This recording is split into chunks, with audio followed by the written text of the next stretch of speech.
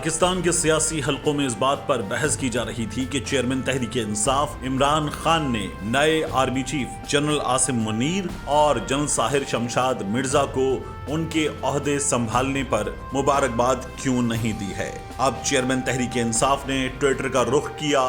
اور دونوں آفیسرز کو ان کے عہدے سنبھالنے پر مبارکباد کا پیغام دیا ہے۔ عمران خان نے اپنے ٹویٹ میں لکھا ہے، chairman joint chief of staff committee اور چیف آف آرمی اسٹاف کے منصب سنبھالنے پر جنرل ساحر شمشاد مرزا اور جنرل سید عاصم منیر کو مبارکباد پیش کرتا ہوں۔ انہوں نے کہا، امید ہے کہ نئی عسکری قیادت ملت اور ریاست کے درمیان گزشتہ 8 مہینے میں جنم لینے والے اعتماد کے فقدان کے خاتمے کی سبیل کرے گی۔ قوت ریاست عوام ہی سے کشید کی جاتی ہے۔ عمران خان نے اپنے ٹویٹ میں قائد اعظم رحمۃ اللہ علیہ کا ایک قول بھی شیئر کیا، جس میں قائد اعظم نے 14 اگست 1947 کو کہا تھا، یہ مت بھولیں کہ مسلح افواج پاکستان کے عوام کی خدمت گار ہیں